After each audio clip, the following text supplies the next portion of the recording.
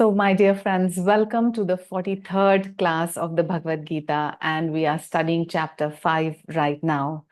In the last class, we did very, very interesting verses, and we started with shloka number 8 and 9, which are taken together often. And this is what Krishna said in those shlokas. He said, the cognizer of truth who is united with God, he automatically perceives that I myself do nothing.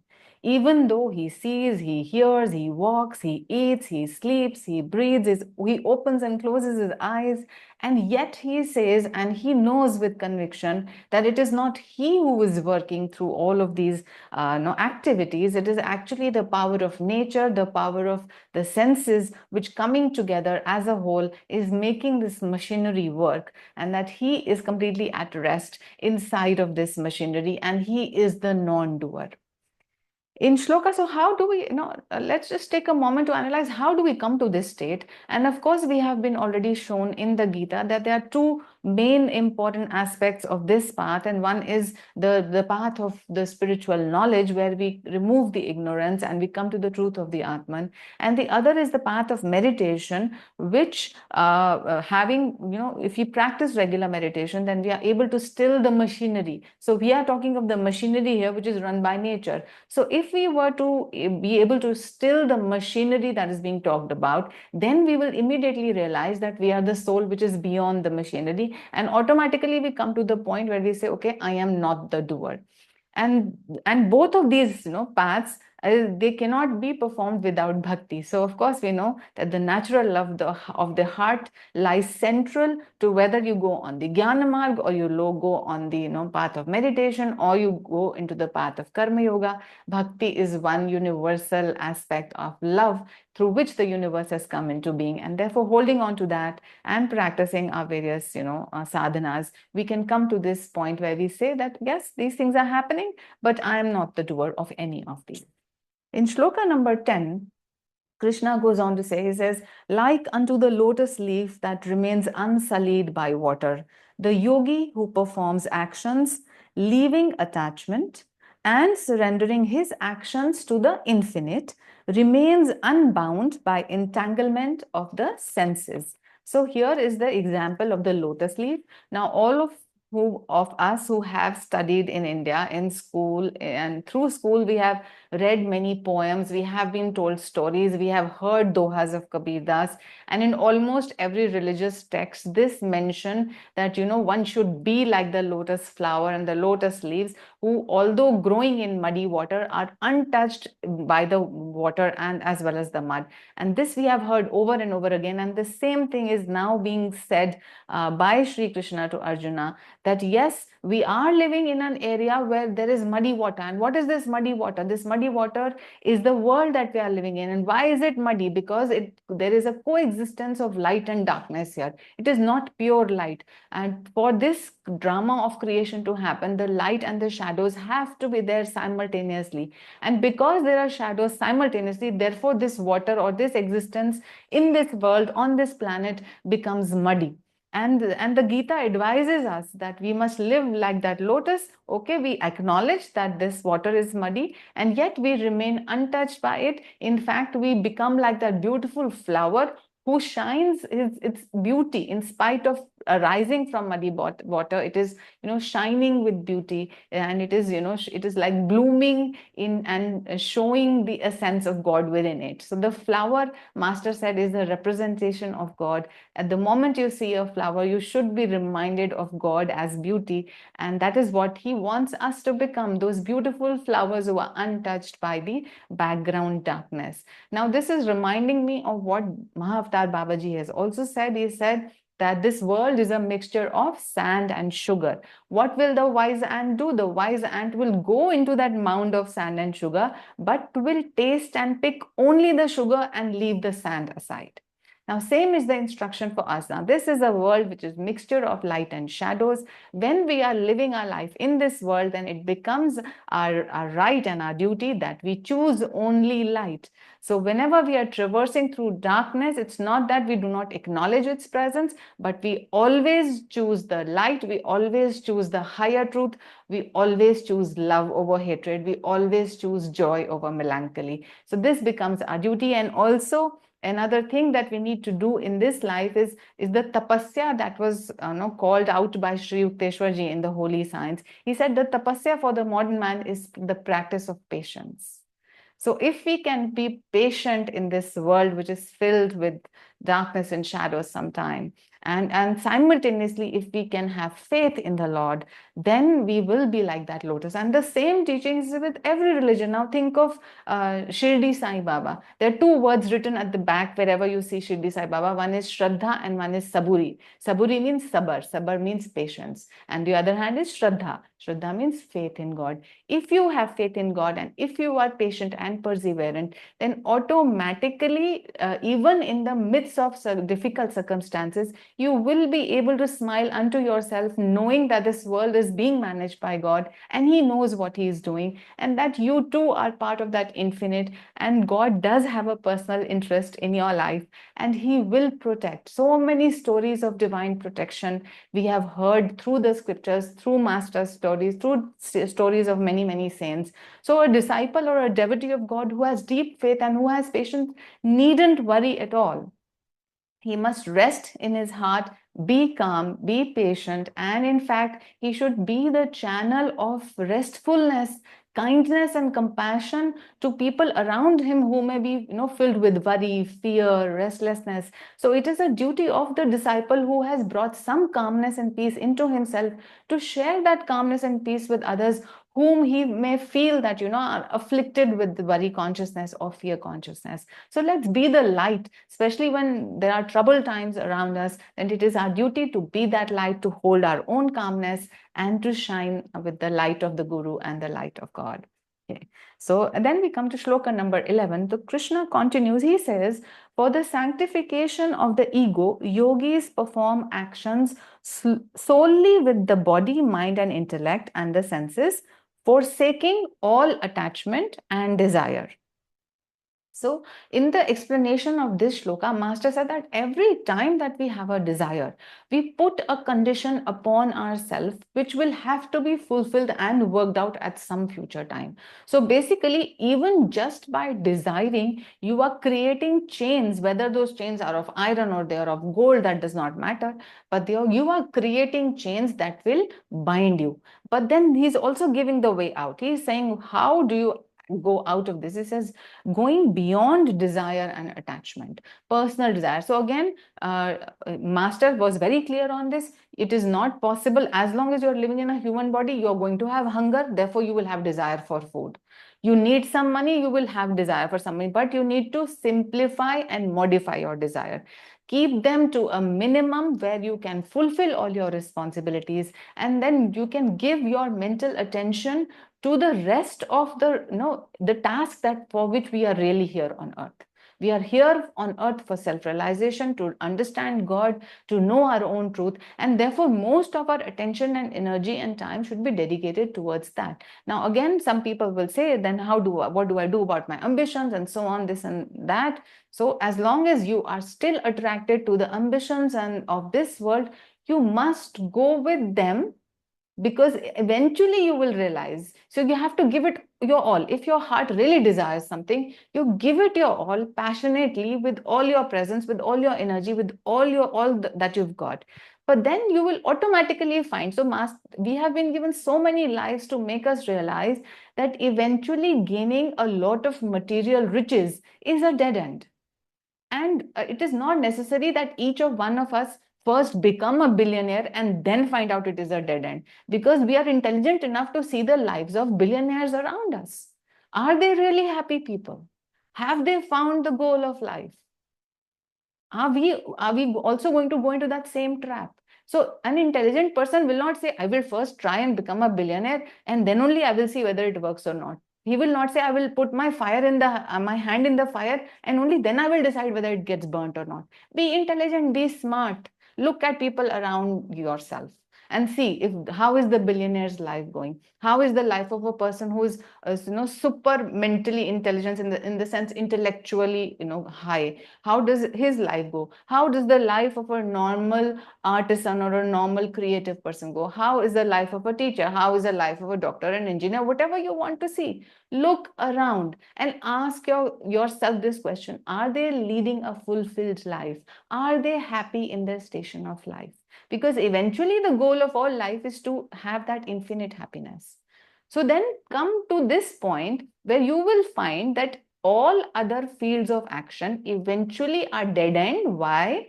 Because they do not give you that sense of completeness and satisfaction and fulfillment. The only line of action that which gives you, complete satisfaction, which takes you to the point and you say, aha, this is the kind of peace I was looking in my life. That is the spiritual life. And that is why you will find that most saints are happy saints. Only the saints can truly say, whoever goes towards God realization can truly say, yes, I am happy. I am contented. I have found what I was looking for. I have known what I wanted to know. So therefore, that is why, Master says, okay, whatever you do, do it to your best. But then analyze. Analyze where you want to go, why you want to go there, and what that direction will give you. And then modify your course of action. Modify the path. The available paths for spiritual attainment are already set. Follow any one of them. Follow the footsteps of the Guru. That is the guarantee. So the Guru provides that guarantee that following him, you will achieve self-realization. And we have such a variety of techniques given to us by the Guru. He has given us a vast body of teachings. There are affirmations, there is chanting, there are exercises, there are diet plans, there are meditation techniques. Meditation techniques also, multiple set of meditation techniques. And the bhakti bhav he has instilled in us. So we have the entire, it's a one-stop shop. So we are already there. Now, all we need to do is pick out from that toolbox that we have been given at appropriate time, use the appropriate technique, and keep on having that faith and patience again, and keep walking this path, and you will attain self-realization as has been promised by the Guru, as has been promised by the Gita. So again, coming back to the shloka 11, where we said that if we transcend desire and attachment, then automatically we will be sanctifying the ego. So why the ego has been mentioned here? Because let us not forget that the ego is nothing but the soul itself. It is the soul which is identified with the body. So once you leave desire and attachment, your identification with the body is going to be released. So the ego is going to be sanctified, means the ego will realize by itself, in itself, that it is already the soul. It is a reflection of God. That is why this word has been used here.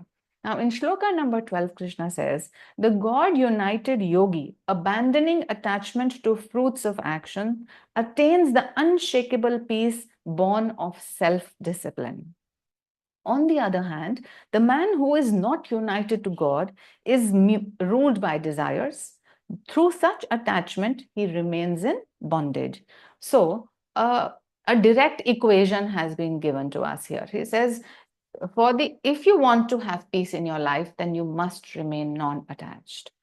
And this is a homework that is being given to us. We are attached to so many things, and one by one, little by little, we go into vairagya, means little by little we leave our attachments to the things of the world, to the situations of the world, to the outcomes of our actions, and slowly we find that the peace in our life starts to increase little by little, step by step, day by day. And of course, we know that spiritual advancement is not measured in short terms, it is measured in longer rhythms. So check within yourself the time when you came to learn Kriya Yoga, and then you got your Kriya Yoga techniques, and now that you have been practicing for certain months or years, then look back and see, have you in that time attained some peace, more peace than you had earlier?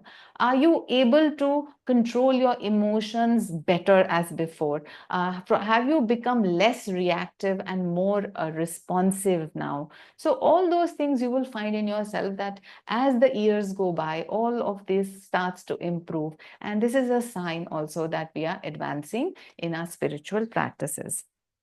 So you can keep peace as that one sign. Increasing peace is always the sign of spiritual evolution. And this is what Swami Kriyananda, he said, my underlying statement is, does it remain me? Do I remain peaceful if I take this decision?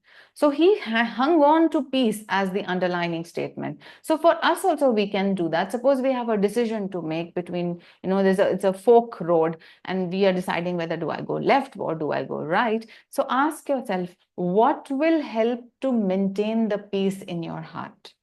Now, there may be a path which may promise you material riches, and but your need at this moment may not be material riches. Of course, if it is your need at that point, you will choose that path because you have to fulfill certain responsibilities. But if having more material riches is not your path, then the only benchmark that you can keep is that of peace of the heart. And therefore, decide accordingly what will keep you more stable, what will give you more peace. Following which path can you stay more even-minded and cheerful? Because that is the path that is eventually going to take us to self-realization. Because let us remember that the definition of yoga is chitta vritti nirodha. So any path of action that increases the vrittis in our chitta, means increases the vortices of feeling, the restlessness, the waves in the ocean, in the lake of our mind, that is the wrong path, that is going to away from self-realization. And all that calms the chitta, all that brings peace to the chitta and decreases the restlessness or the waveforms, that is where we actually intend to go, because that is the very goal of life. In shloka number 13, Krishna says, the embodied soul, controller of the senses, having mentally relinquished all activities, remains blissfully in the bodily city of 9 gates, neither performing actions himself and nor making the senses perform action.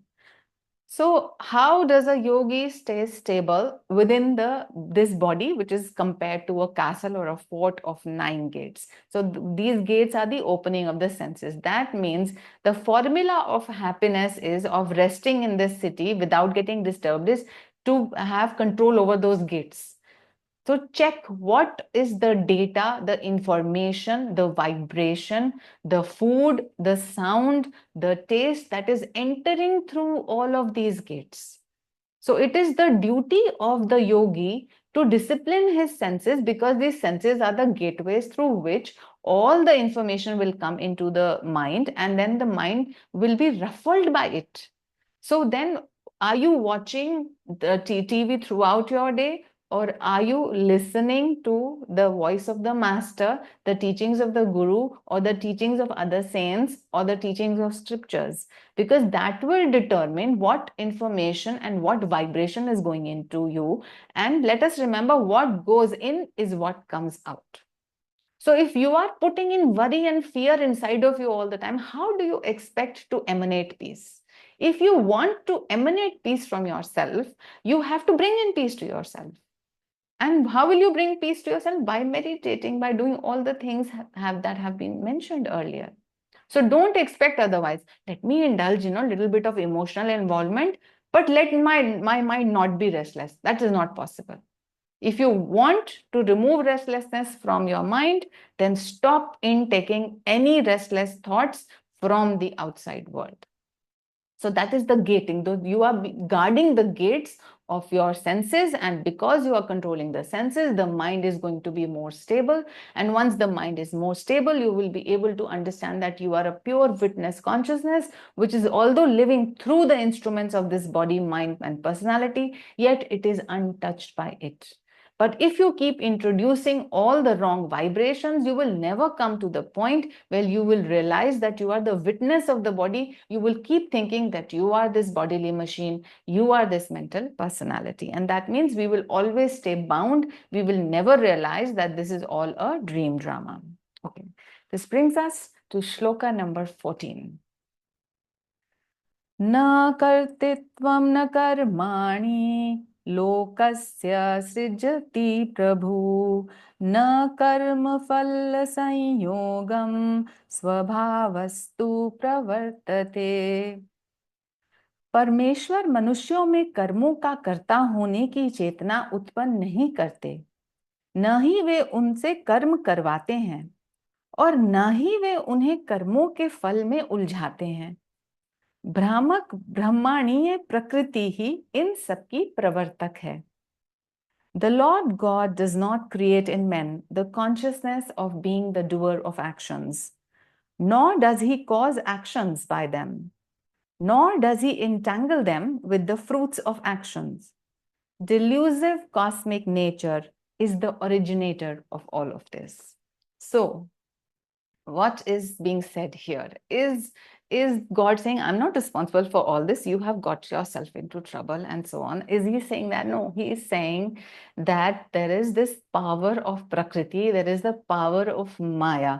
The absolute Brahman does not cause action to be initiated, but its consort, its own power of Yoga Maya, of Prakriti, of nature, of vibratory creation, causes man to do certain actions. It causes man to think that he is thinking. It causes man to think that he is acting. So there is this power of Prakriti, power of Maya, because of which we are living in this ignorance. So what happens when a deluded soul, means the ego or the jiva, is living in Maya? So he will have certain desires because he thinks everything is separate. He wants this, he wants that. So automatically he will have certain desires, and then he will use his free choice. The power of free choice has been given to us, and he will use that free choice, and the combination of this means his reaction to Maya and his wrong use of free choice will cause him to have more and more egoism, more and more desire, and it will keep entrapping him more and more because he will want to enjoy the fruits of action as well. So, Master explains this further. He says, when man exercises discrimination and does not respond to cosmic delusion, he uses his free will rightly to choose only the influence of the inner divine wisdom. Thus, he escapes punishment that results from the false conviction of being an independent doer of actions. So it is a false conviction that we have, put in our mind that I am doing. I am no one to do anything, because the I thought itself is an illusion. Okay. So now Master is saying that the wise man is not blaming God for his troubles. So all the evil is coming out of where? Is the misuse of the free choice that we have been given and the way we respond. So let us take a very simple example of this. Let us say you are somewhere on the highway, maybe walking or maybe driving, and you're at a stretch of the road where there are no shops or no restaurants, and you're feeling hungry and you don't know what to do about it. But as you are crossing a particular area, there is a fruit orchard, and you are attracted to the fruit orchard because naturally you are feeling hungry and you think that this can quench your hunger. As you go near the fruit orchard, you find that some nice fruits have fallen on the ground. So you pick up those fruits and you eat them, and your hunger is satisfied. And you think, okay, let me go now. But suddenly a thought comes into your mind and says, let me take some more fruits with me. Although your hunger has been quenched, yet this thought comes into you that let me take some more fruits. Therefore, the fallen fruits are not there anymore. So what you do, you go to the tree and you pick some fruits. So when you pick those fruits from the trees, now remembering that that orchard does not belong to you, it belongs to someone else. So what are you doing here?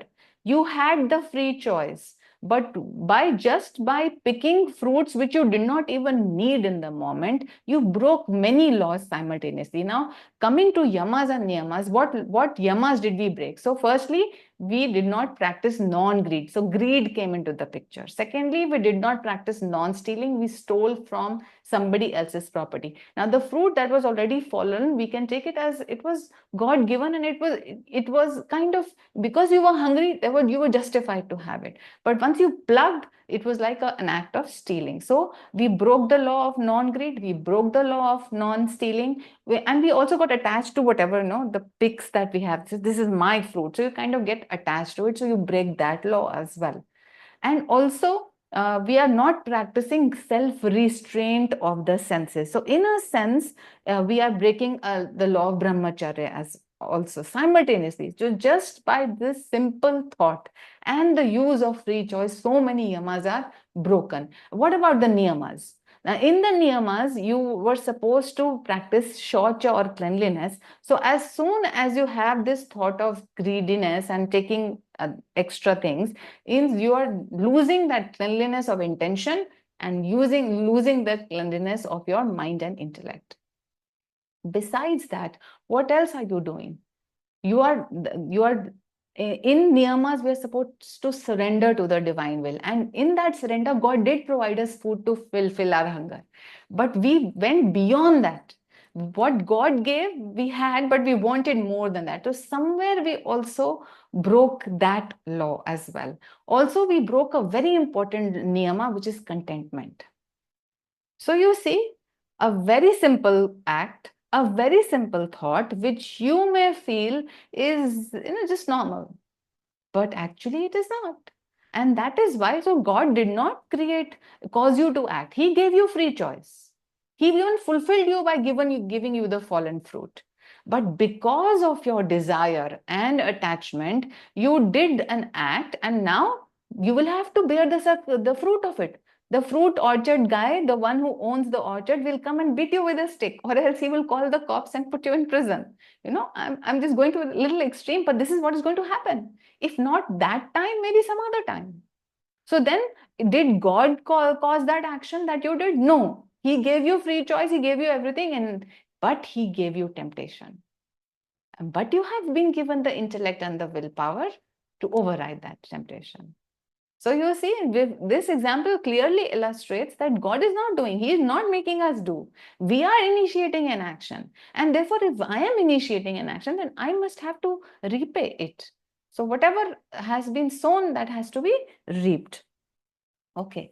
But then Master gives us a way out of this. He says, like a bylane, an alley, where how can we escape this whole thing? He says, the devotee can always appeal to the Lord in his deepest prayer and say, Heavenly Father, I did not wish to be created, nor did I wish to be placed in the proximity to the alluring evil temptations. Please, O God, you created me and put me to the test of life without consulting me. Bless me that I use my power of free choice to strengthen my will and to follow the path of freedom and not the path of delusion. The divine omnipresent consciousness of the Lord is aware of all men's prayers.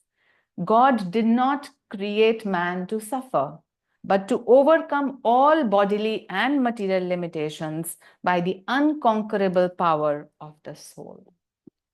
This brings us to the next shloka, which is shloka number 15. Nadate kasyachint papam na chaiva sukritam vibhu ajnanena vritam jnanam tena muhyanti jantava. सर्वव्यापी परमात्मा किसी के पुण्य या पाप का कोई लेखा जोखा नहीं करते। माया द्वारा ज्ञान आवृत हो जाता है, इस कारण मानव जाति भ्रांत हो जाती है। The all-pervading takes no account of anyone's virtue or sin. Wisdom is eclipsed by cosmic delusion. Mankind is therefore bewildered. So again, the same thought is being projected forward and being explained at the next level. So Master is saying that the omnipresent creates this cosmic beam, this drama for entertainment, and all the dream characters, all men, all women, all virtuous actions, all sinful actions, and all of this, and the earth itself. The earth is the dream stage on which this is being done, but we are getting trapped in it now. Actually, in our dreams, so it is difficult to conceptualize this, but in our dreams we can create universes. We can be on the moon. We can have more people in our dreams. So actually, if there are people in our dreams, it is only a projection of our own mind. Are there actually people? When I wake up, can I take out people out of my brain? No. These are projections of my mind. Similarly, this entire cosmic drama is a projection of the cosmic mind. And it is only when we still our own thoughts, then only can we understand that how this is a projection of the dream drama. Okay, so now God is not a meticulous accountant of human merits and demerits. So all the time, when we feel guilty, or we feel, oh, what will God think of me? He probably, when I'm doing good, oh God, I hope you are seeing what I'm doing. But when I'm not doing something good, I hope God doesn't see me. So we have this consciousness all the time. Now, remember that the God, the infinite, the absolute, is not taking in account your sins and your merits. It is you yourself, because you are in Maya. Therefore, you have, conditioned yourself to consider these merits and demerits. So I'm not saying that the law of karma does not exist, but we magnify it with our mind. That is the problem. Master says, though Maya is imposed on man, he can overcome it by refusing to yield to its temptations. The devotee should understand that the purpose of God in creating the world and delusion is to develop perfect beings.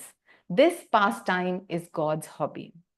So God has created us as limited beings, as apparent limiting beings, and now He wants us to go towards perfection. Now, for us to go towards perfection, what has He given us? He has given us the mind and the intellect, and He has given us the power of choice. Now, then He places a challenge or a temptation in front of us, and He says, okay, let me see how this child behaves. And that will determine what we choose, will determine whether we go towards perfection or not. Now, even if we stay towards imperfection, God is still not judging us. We judge ourselves. And of course, the law of karma is operable. So we have to face the consequences of what we do.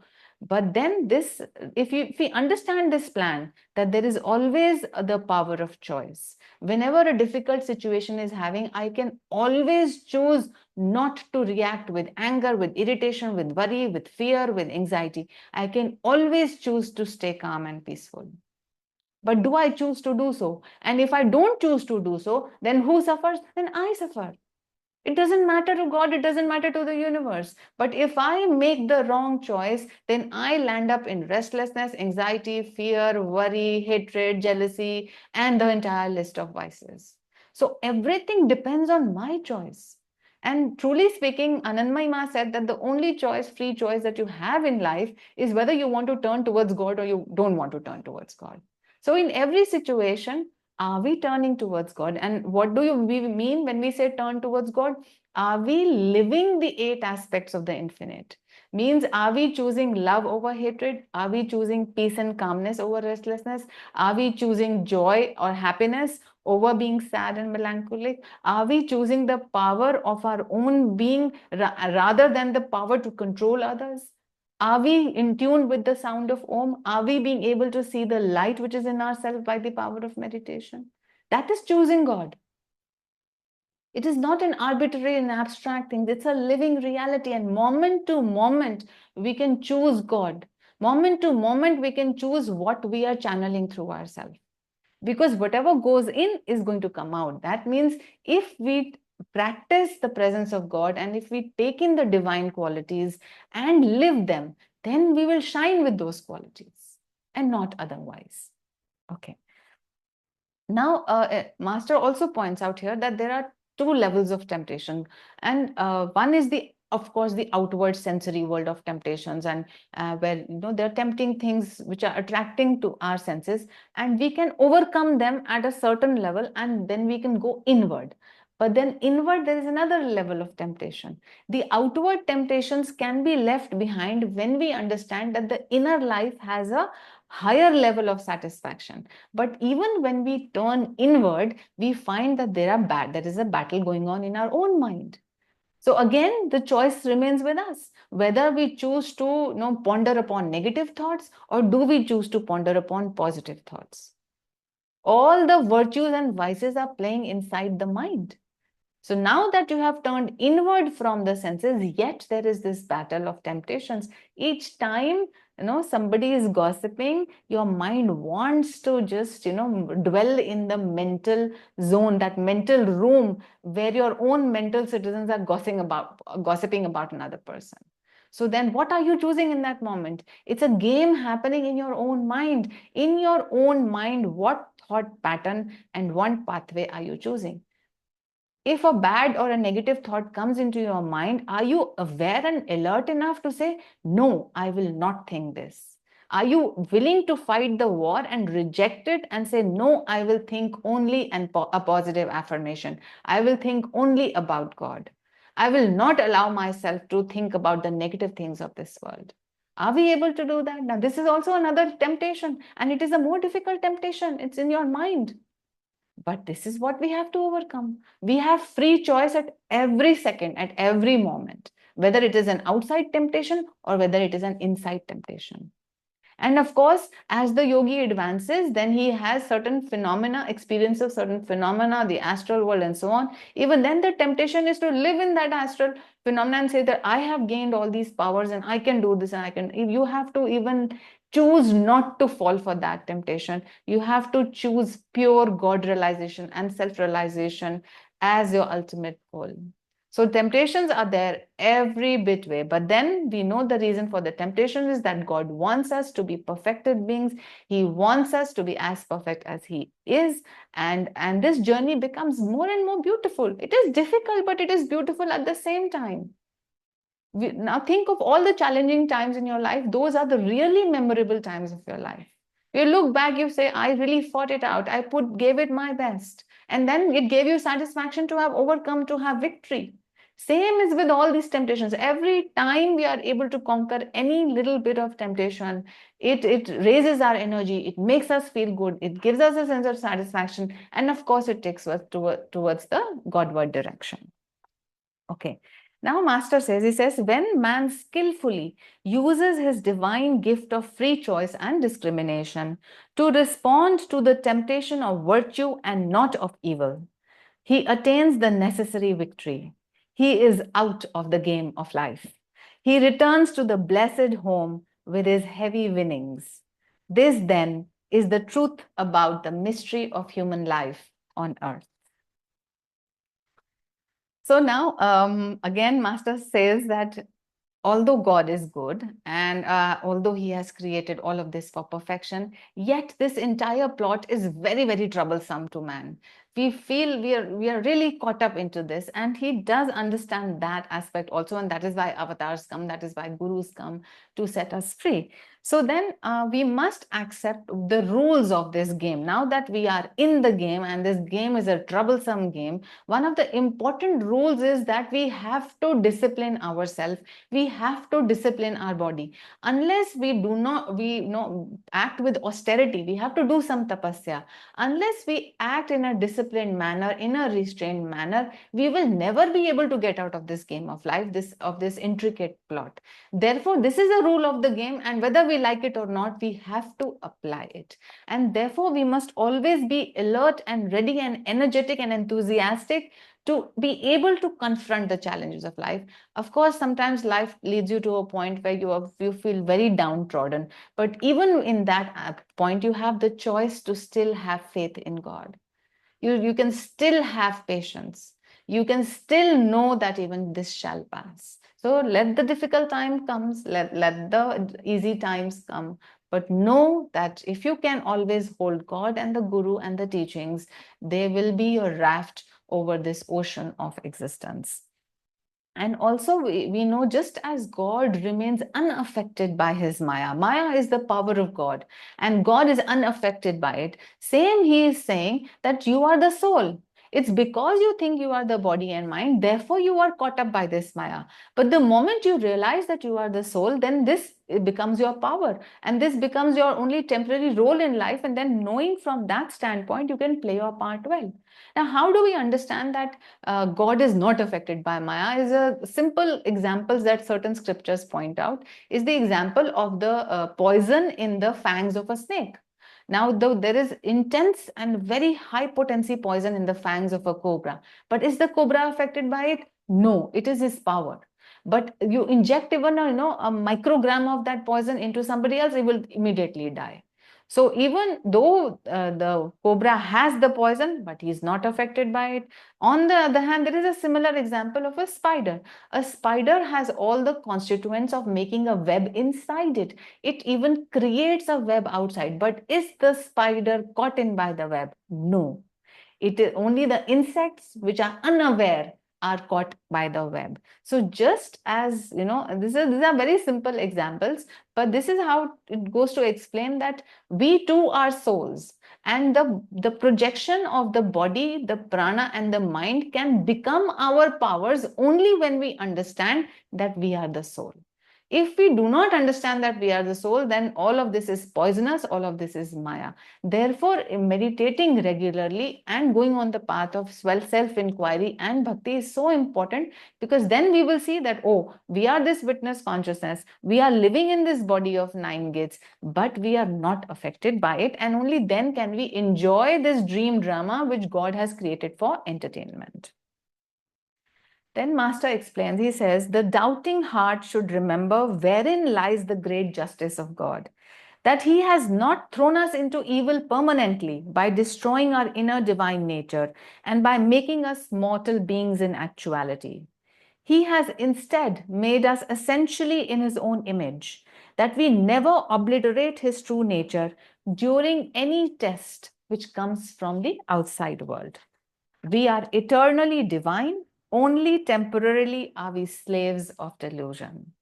That is why all men should understand that sense enjoyment is not the goal of life.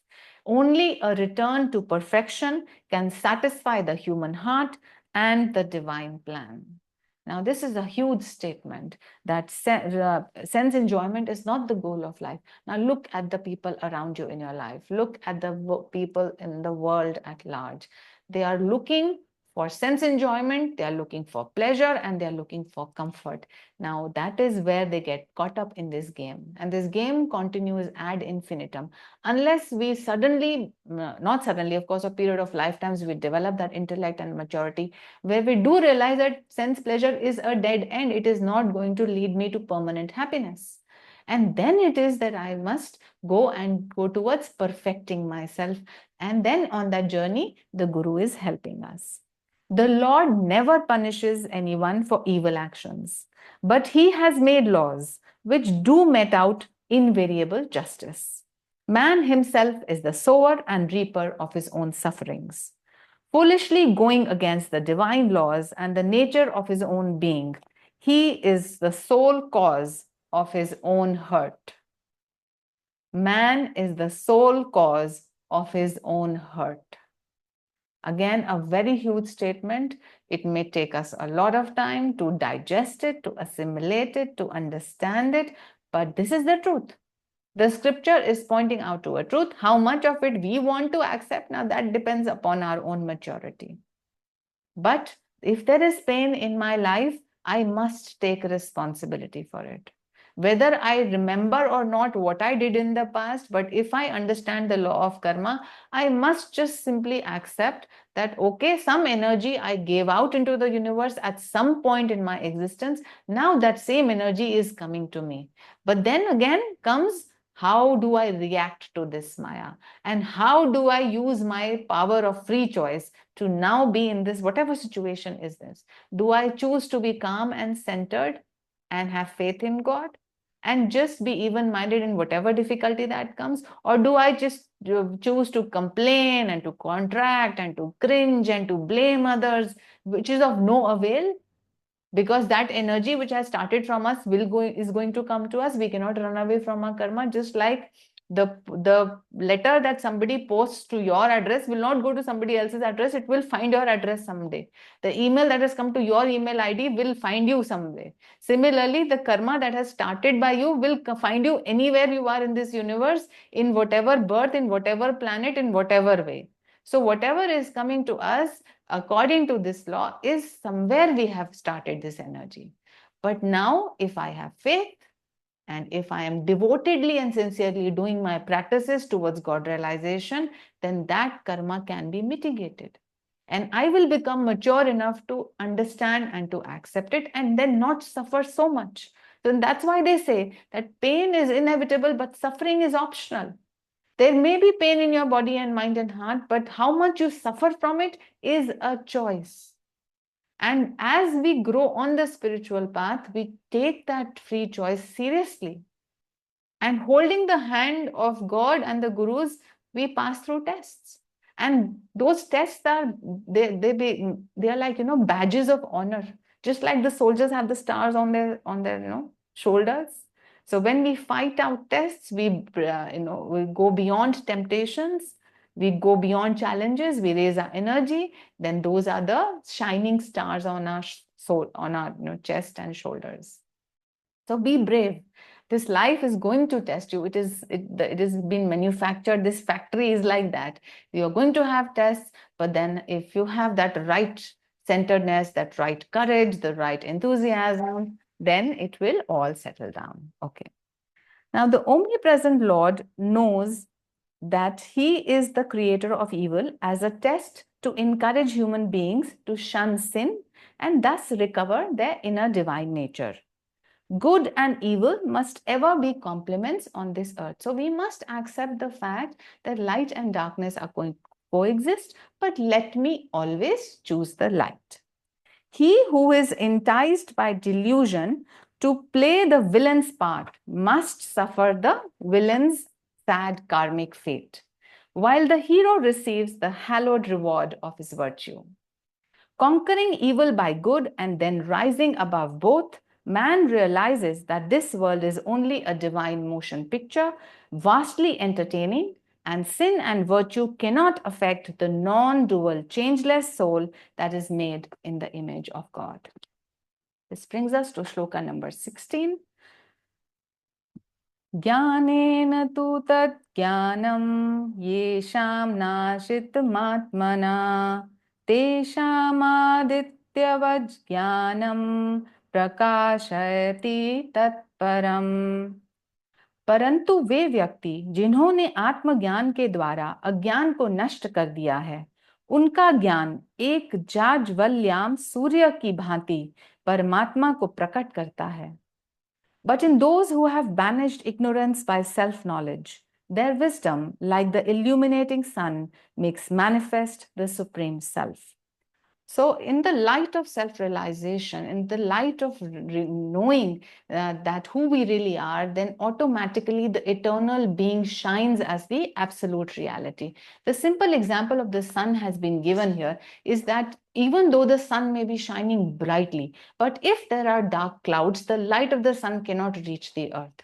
Similarly, the light of the Atman, which is self-effulgent, is shining always, it is ever present. But because there are clouds of ignorance in our mind and associated desires, attachments, likes and dislikes, therefore the ego, which is deluded by body identification, is not able to perceive the ever-shining Atman.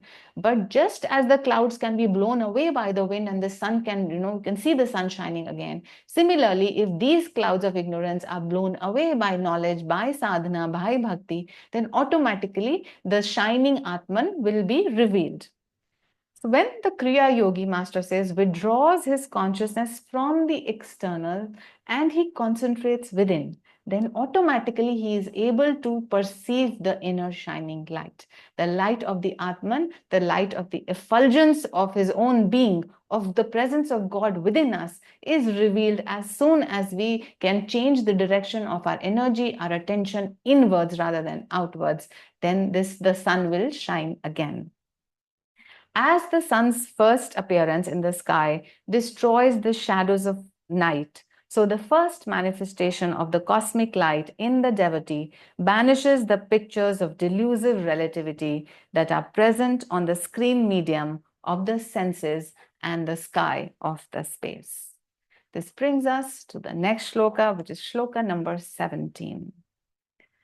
Tad buddhyastadaatmanastan-nishthastatparayana gacchanta punaravritim jnana nirdhuta kalmasha.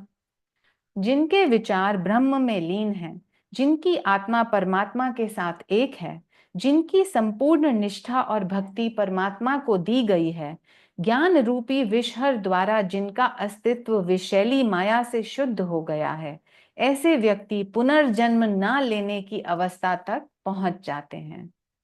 Their thoughts immersed in that spirit, their souls one with spirit, their soul allegiance and devotion given to spirit, their beings purified from the poisonous delusion by the antidote of wisdom. Such men reach the state of non-return.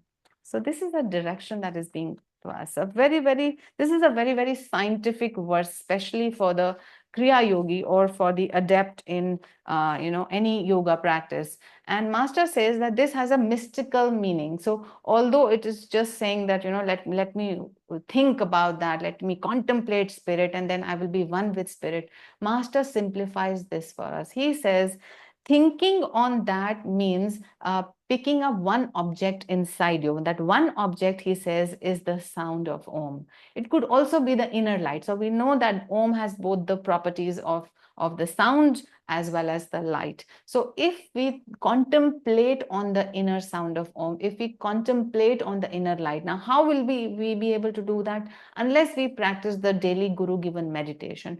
We have been given specific techniques to be able to go inwards and to be able to hear and see the light and hear the sound. So we have to be regular in our meditative practice, and then we have to contemplate on that sound of Om that we perceive in our meditation. Then we go to the next stage, which he says merging in that. So what do we mean merging in that? That means we go beyond the thought of Om, that I'm not only intellectualizing that there is something called Om, but I'm actually starting to perceive the Om vibration within myself and surrounding me. I am able to perceive that there is one cosmic vibration which is through the entire universe, and I am also a part of that. So I start to merge my consciousness in that sound of Om, and then from that their expansion will happen. And an important thing that happens when you communicate or when you can perceive the sound of Om is that suddenly you develop that confidence and faith in the presence of God, because it is like the first sign of the comforter around you. As in the Bible, Jesus said that I will send you the comforter, and the sound of Om is that Holy Ghost vibration which Jesus talked about, and is the same thing is being talked about by Master and Krishna. So the minute we are able to perceive the vibration of Om within ourselves, and especially if we are able to perceive it as continuing with the universal vibration, that very moment our faith and confidence in God increases. That very minute we know that God is ever present with us, and if we were to meditate regularly, then at will I will be able to commune with this vibration, because it is always available. It is only I who am running in the maze of my thoughts and my own desires and attachments that I'm not able to perceive it. But the moment I can perceive it even once, I at least know that I'm going in the right direction. And from there, you know that the friendly presence of God is ever with you if you want to commune with it. And of course, then Master says that the next step is to be established in that. So in our initial meditative phases, we may sometimes touch the sound of Om, or we may sometimes have the feeling of being joy or love and peace and calmness. But then this is a fleeting experience. It comes for a few seconds, it may go, or it may repeat itself sometimes. But then what do you do? How do you establish yourself in this experience? Is simply practice, abhyasa. You have to touch the sound of Om. You have to touch this level of consciousness where you know that you are peace and joy again and again and again and again and again, till it becomes your own first nature, because actually that is our primordial nature. The role that we are playing as a body and mind is a false, delusive, and a temporary reality. But our real reality is Om, our real reality is spirit. And by using the technique and the path that has been given to us, if we again and again touch our own infinite self, again and again, if we can commune with Om, then we are established in that. And that's what the wise man does. He becomes established in that realization, and he reaches what we call self-realization, or what we call a God realization. And then he says that the devotee no longer harbors any other desire save devotion to God and to live for Him alone. So once you have experienced Om, once you have merged yourself in Om, and once you are establishing yourself with Om, then you know that Om is the only reality, you know God is the only reality, and then automatically you develop vairagya for the other things of the world and the actions of the world, and all that is left in you is devotion for God. Surrender comes in, you want to live your life for God. In such devotees, all sins, past and present karmas, are dispelled by the wisdom light of God realization.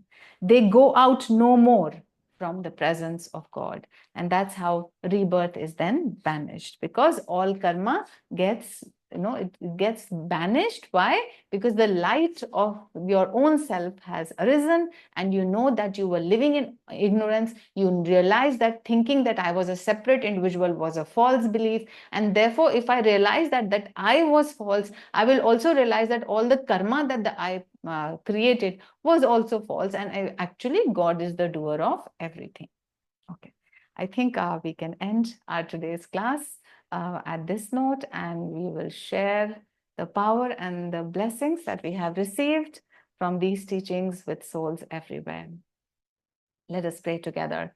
Divine Mother, beloved Krishna, great Gurus, Thou art omnipresent, Thou art in all Thy children. Manifest Thy healing presence in all bodies, all minds, and all souls.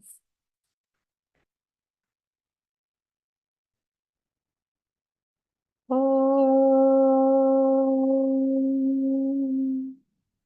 Om.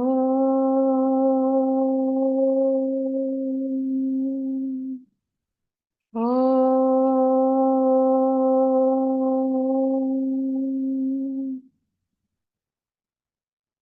Divine Mother, beloved Krishna, great Gurus, may Thy love shine forever on the sanctuary of our devotion, and may we be able to awaken Thy love in all true hearts. Om Shanti, Shanti, Shanti.